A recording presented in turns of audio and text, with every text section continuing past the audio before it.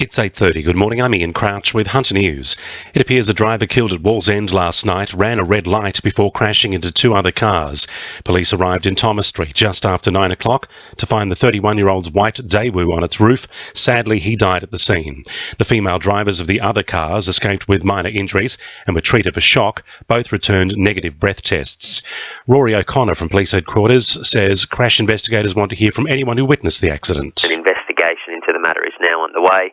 We ask that anyone with information that might assist that they contact Newcastle City Police on 02 4926 6599 or Crime Stoppers on 1800 333 000. Maitland police say there are no suspicious circumstances surrounding the death of a woman at Patterson. The body of the 73-year-old was found floating in the Patterson River just after 6:30 last night. Her car was also found in nearby John Tucker Park.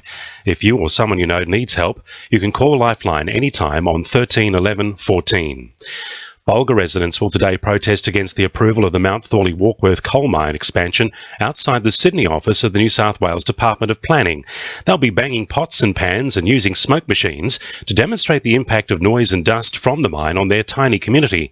President of the Bulga-Milbrodale Progress Association, John Crowe, says the conditions at Bulga are unacceptable. We are experiencing noise and dust every day. The noise varies a lot, but it is there incessantly. It can only get worse as the mine gets closer. We are demonstrating today the noise is unacceptable, and by the way, here's a taste of what we're currently experiencing. Shadow Transport Minister Ryan Park will be in Newcastle today to campaign against the Baird government's planned privatisation of the city's public transport services. Labor argues public transport should always remain in government hands, regardless of any perceived benefits. It comes as an Audit New South Wales report found private bus operators in Sydney were 60% cheaper than their state transit authority counterparts. A decision will finally be made today on the controversial housing development at Whitebridge. Revised plans for the $23 million project, which includes 89 units over 3 stories, will go before the Joint Regional Planning Panel. However, nearby residents are still concerned about the height and scale of the development and its impact on native squirrel gliders living in nearby trees. Port Stephens Police will be holding a community engagement day today at Nelson Bay. The event will be held at Bill Strong Oval and will feature demonstrations from other emergency services. Inspector Tony Townsend says members of the public are being encouraged to attend the free event, which coincides with the start of the school holidays. It's in the school holidays, so it's in a central location in Nelson Bay. We expect a lot of people in the area for the holidays, so they're more than welcome to come up and have a talk to the police.